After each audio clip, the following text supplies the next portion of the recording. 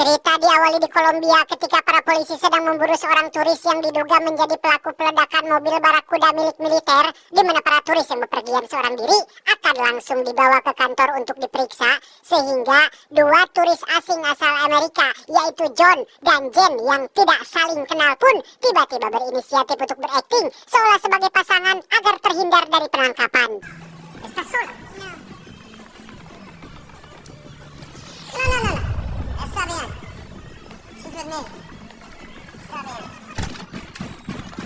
Dipertemukan dalam momen yang tidak direncanakan, John dan Jen pun kian semakin dekat hingga memutuskan menjalin hubungan. Selama 6 minggu lamanya mereka pacaran, John dengan sangat yakin akan menikahi Jen meski belum tahu dengan jelas seperti apa asal-usulnya.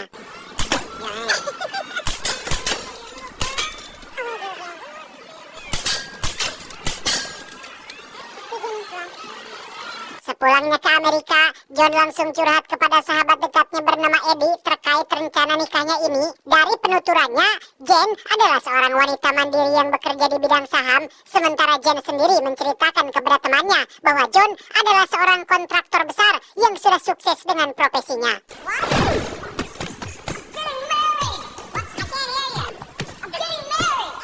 6 tahun kemudian, inilah John sekarang menjadi bapak-bapak komplek yang tinggal di sebuah rumah besar.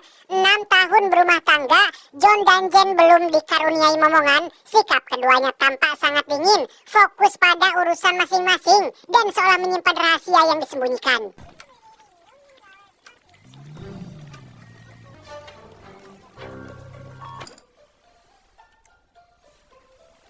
Suatu malam ketika John baru pulang bekerja, Jen pamit keluar yang katanya ada urusan mendadak masalah pekerjaan di kantornya.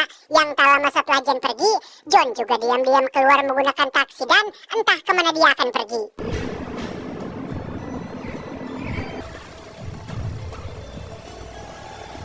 Jen ternyata tidak pergi ke kantornya, melainkan pergi ke sebuah hotel untuk menemui seorang pria yang tampak seperti bos perusahaan. Entah si Jen ini melakukan perselingkuhan atau ada tujuan lain. Namun ketika Jen dan si bos sudah berduaan di kamarnya, Jen tiba-tiba mematahkan leher si pria tersebut dan...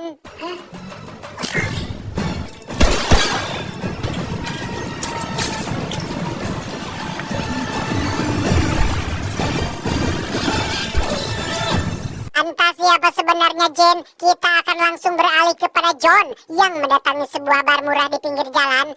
Ia memasuki area karyawan yang berada di ruangan belakang, pura-pura mabuk, ikut main cekihan bersama dengan 3 preman yang berada di sana.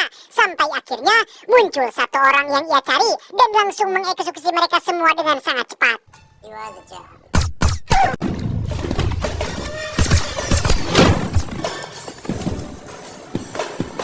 Sepulangnya ke rumah, mereka berdua kembali bersikap normal seolah tidak terjadi apa-apa. John dan Jen pun pergi ke rumah tetangga untuk menghadiri undangan acara makan malam. Yang sampai sini, mungkin Anda bertanya-tanya, siapa sebenarnya mereka berdua ini?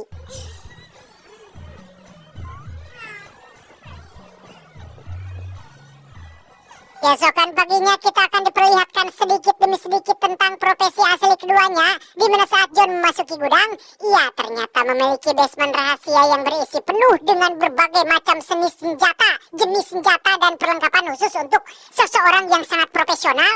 Begitupun dengan Jen yang punya tempat rahasia untuk menyimpan itu semua.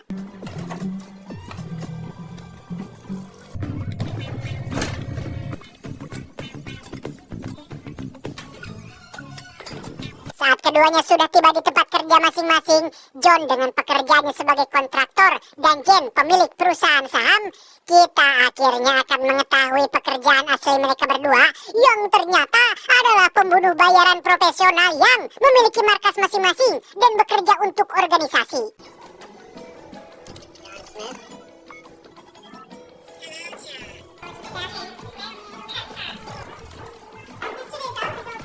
Secara kebetulan di hari ini mereka berdua sama-sama mendapat tugas untuk membunuh orang yang sama, yaitu seorang pemuda berbahaya yang dijuluki sebagai The Tank, bukan Johnson, Tigril ataupun Beleric, melainkan hanya dipanggil The Tank saja. Keduanya langsung meluncur ke lokasi tanpa keduanya saling mengetahui.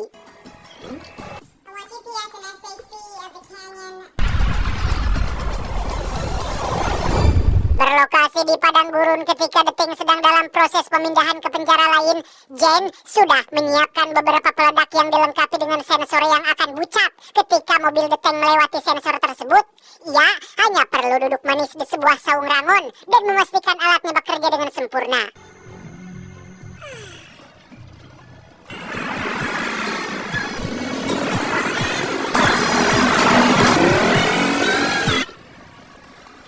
Dan ya, dari arah yang berlawanan muncul si John yang memacu mobilnya dengan kecepatan tinggi dan tak sengaja menyenggol alat sensor yang sudah Jen tempatkan.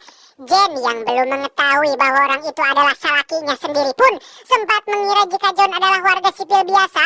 Namun ketika John mengambil roket launcher besar dari mobilnya, disitulah Jen seketika kaget dan langsung menjatuhkannya dengan satu kali tembakan.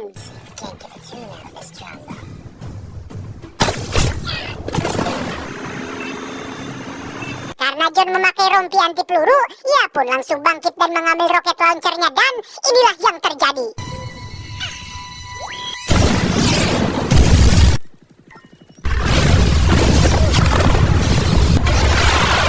Pada akhirnya, target mereka yaitu The Tank pun berhasil lolos dengan Jen yang juga kabur menggunakan sepeda motornya. Sementara untuk John, ia tak sengaja menemukan puing-puing laptop milik si Jen yang berserakan dan mengambil sebagian puing yang masih bisa untuk diselidiki.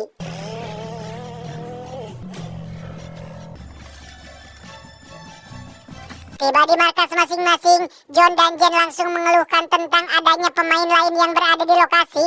Dan sungguh sangat lucu sekali ya, salaki pemajikan ini yang belum sadar jika orang yang mereka maksud adalah pasangan hidup masing-masing.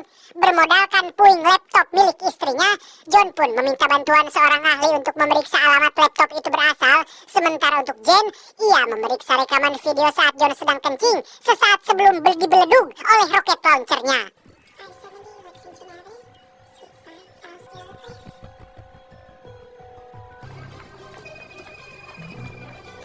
Setelah alamat laptopnya sudah didapat, John langsung pergi ke lokasi gedung yang menjadi markas rahasia istrinya. Yang alangkah terkejutnya John saat mengetahui jika CEO atau pemilik perusahaan di lantai paling atas ternyata adalah Jen sepamajikannya sendiri.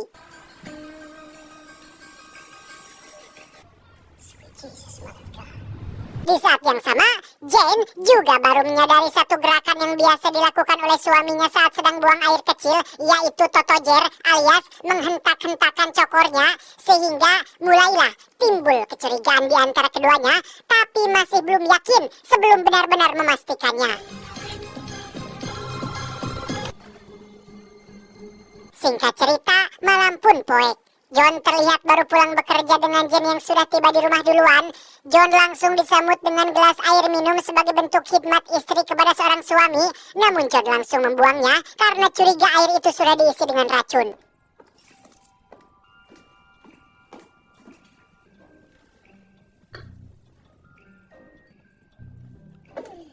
Tak cukup sampai situ saja, ketika Jen akan memotong daging bagong panggang menggunakan pisau, John langsung mengambil alih pisau tersebut dengan alasan ingin khidmat kepada istri, tetapi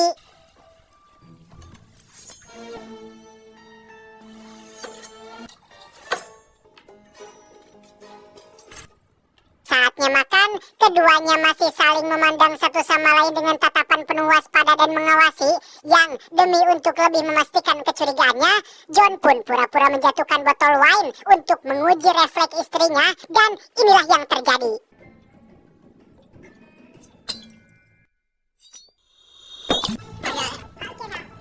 Saat John sudah berhasil mengambil pistolnya, Jane ternyata kabur menggunakan mobilnya, di mana John dengan cepat berlari mengejarnya dan tak sengaja menarik pelatuk yang nyaris mengenai wajah istrinya.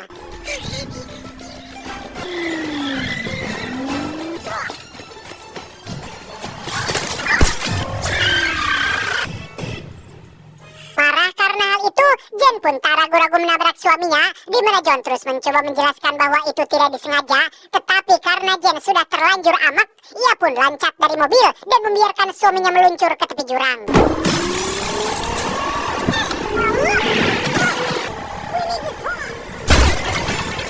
Layaknya suami istri yang sedang bertengkar, tapi ini bertengkarnya dalam taraf yang cukup brutal, John pun pergi ke rumah Eddie sahabatnya untuk ikut nginep di sana. Sementara Jen pergi ke markas untuk curhat kepada asistennya, yang meskipun John dan Jen adalah pembunuh profesional yang punya pengalaman dan mental yang kuat, keduanya tetap galau ketika mendapat masalah dalam urusan rumah tangga dan mencoba untuk tidur demi melupakan apa yang sudah terjadi.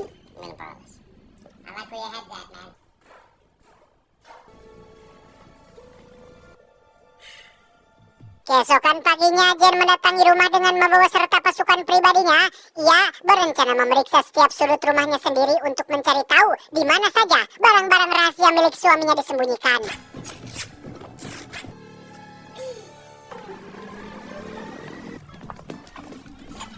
Tak lama setelah Jen selesai mengacak-acak rumah, John pun datang dengan membawa tetangga dekatnya sebagai tameng kalau ada istrinya di sana. Menyadari Jen sudah ke sana duluan, John pun langsung lari ke gudang dan menemukan semua perlengkapannya sudah kosong melompong, diambil semua oleh istrinya.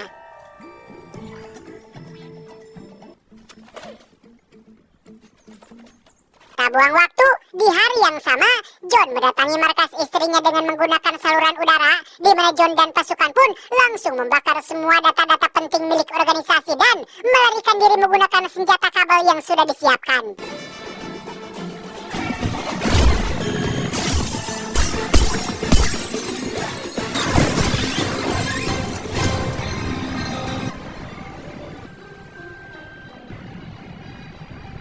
Masih tak menyerah, John pun membawa tempat pembakaran data ke rumah Eddie untuk memeriksa apakah masih ada yang tersisa, di mana John akhirnya menemukan secuil petunjuk dan langsung pergi ke lokasi esok harinya. The enemy, it could be outside right now. Got it. Just at the bottom. Bertempat di sebuah gedung yang masih dibangun dan akan dijadikan sebagai markas baru si Jen dan anak buahnya, John pun memasuki sebuah lift yang ternyata adalah sebuah jebakan yang sudah Jen siapkan, yang karena John terus bersikeras ingin mengejarnya, Jen pun langsung menghitung mundur untuk meledakkan lift tersebut dan...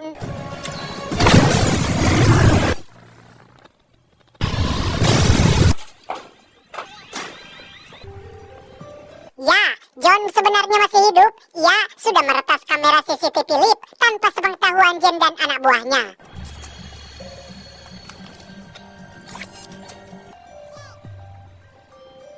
Malam harinya, Jen mendatangi restoran tempat ia dan suaminya biasa makan malam sembari meneteskan air mata meratapi kesedihan atas kematian John yang sebenarnya masih sangat ia sayangi, di mana John tiba-tiba muncul dan duduk tepat di hadapannya.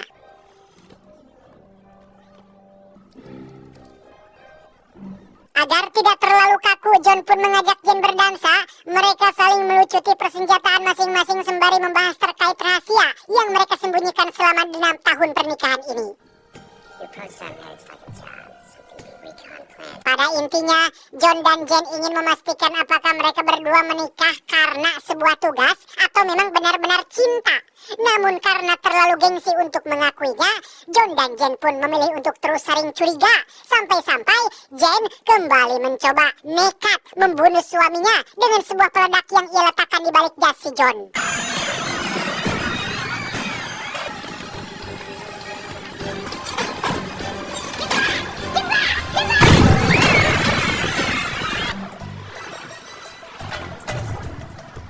Jen langsung meluncur ke rumahnya disusul oleh John yang datang belakangan, di mana Jen terlihat sudah bersiap dengan senjata apinya tepat saat John sedang kukurusukan di halaman belakang.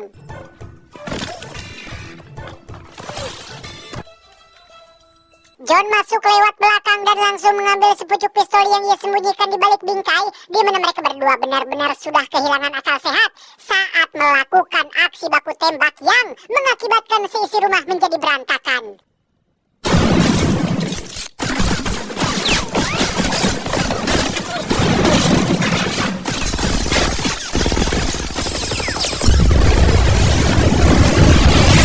Selesai dengan senjata api, mereka pun melanjutkan duel menggunakan tangan kosong dan...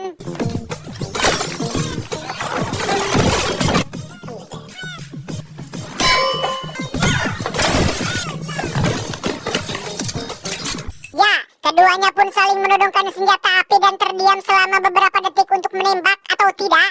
tahun berumah tangga, bohong kalau misal tidak ada rasa cinta di lubuk hati yang paling dalam.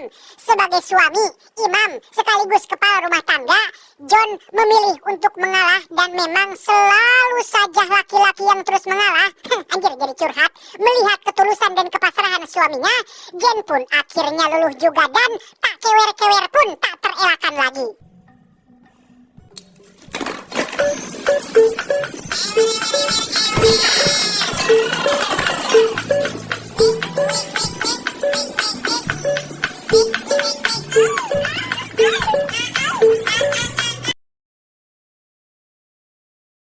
Tak lama, muncullah tetangga yang datang bersama dengan pihak berwajib ingin memastikan keributan yang baru saja terjadi, yang karena John dan Jen terlihat masih baik-baik saja meski isi rumah sudah seperti kapal pecah, tetangga dan polisi pun tidak bisa berkata apa-apa. Tak lama, John dan Jen pun dinyatakan sebagai ekskomunikado alias menjadi target sayembara seharga $400.000, di mana mereka berdua belum mengetahui akan hal itu dan tetap menjalani kehidupan normal mereka dengan sarapan di tengah pecahan beling dan barang-barang yang berserakan di pagi hari.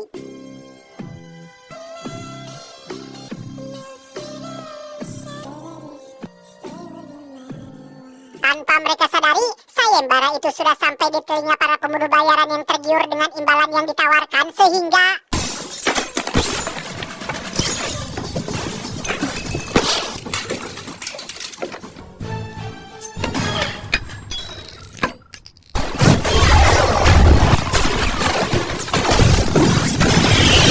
rumah mereka pun hancur akibat ledakan yang terjadi, yang karena posisi mereka sudah tidak aman lagi, maka satu-satunya cara untuk tetap bertahan adalah dengan terus bergerak dan pindah ke tempat yang lebih aman.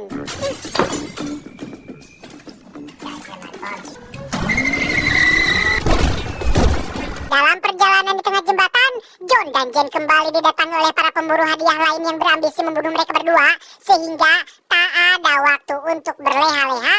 John dan Jen pun kembali beraksi dengan melakukan kolaborasi sebagai pasangan suami istri.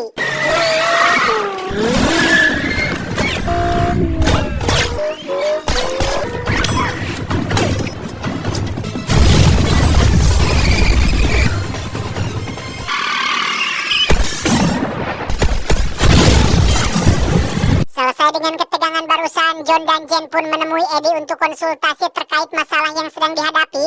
Intinya mereka berdua ingin lepas dari status ekskomunikado agar bisa hidup tenang lagi. Di mana Eddie punya teori bahwa untuk memuaskan hasrat para petinggi organisasi, maka John dan Jen harus mendapatkan buruan yang lebih besar dari mereka berdua, yaitu sosok The Tank yang tempo hari gagal mereka eksekusi. Entah siapa sosok pemuda berjuluk The Tank ini dan seberapa pentingnyakkah ia sampai diinginkan mati oleh semua organisasi. John dan Jen langsung beraksi dengan mendatangi lokasi tempat The Tank diisolasi.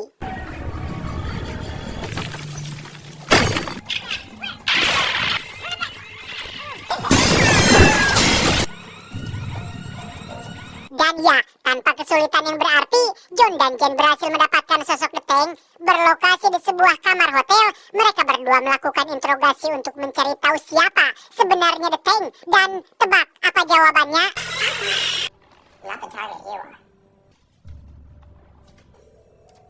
Ya, sejak awal The Tank hanyalah umpan agar John dan Jen saling membunuh.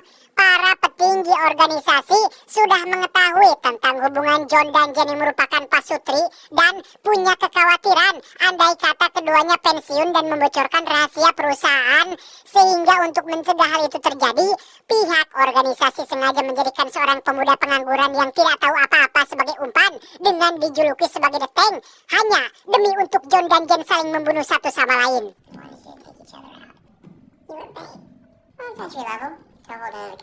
Sesuai dugaan, misi penangkapan ini masih bagian dari jebakan. Terdapat alat pelacak di sabuk si pemuda, sehingga John dan Jen langsung kabur saat itu juga.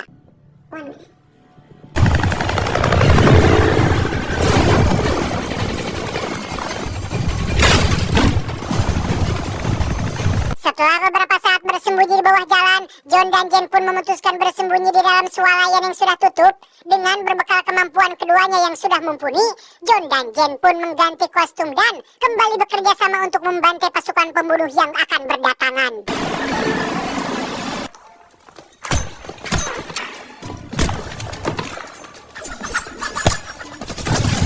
Karena pasukan pemburu terus bermunculan, John dan Jane pun menaiki lift menuju lantai 2, di mana mereka langsung disambut oleh pasukan yang sudah berada di sana duluan dan...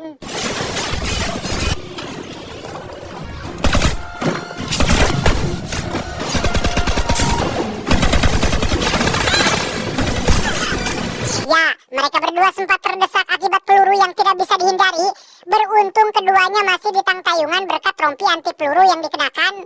John sempat menyarankan agar Jane lari saja, namun karena tidak ingin membiarkan bebeknya berjuang sendiri, Jane akan menemani John sampai akhir meski nyawa sebagai taruhannya.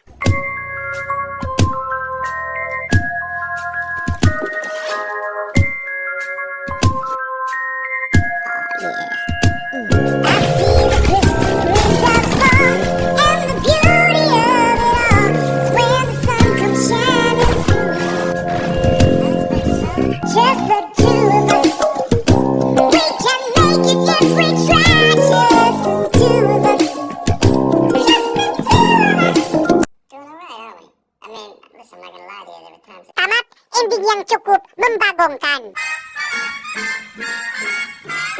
Endingnya lumayan nanggung karena para petinggi organisasinya masih belum muncul. Dan seperti apa gitu bebenguknya teh si para petinggi organisasinya teh.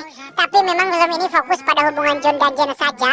Bagaimana mereka berdamai dengan fakta bahwa keduanya sama-sama pembunuh bayaran. Pesan yang bisa kita ambil dari film ini adalah setiap orang memiliki bagian dari diri mereka yang disembunyikan, bahkan dari orang-orang yang paling mereka cintai.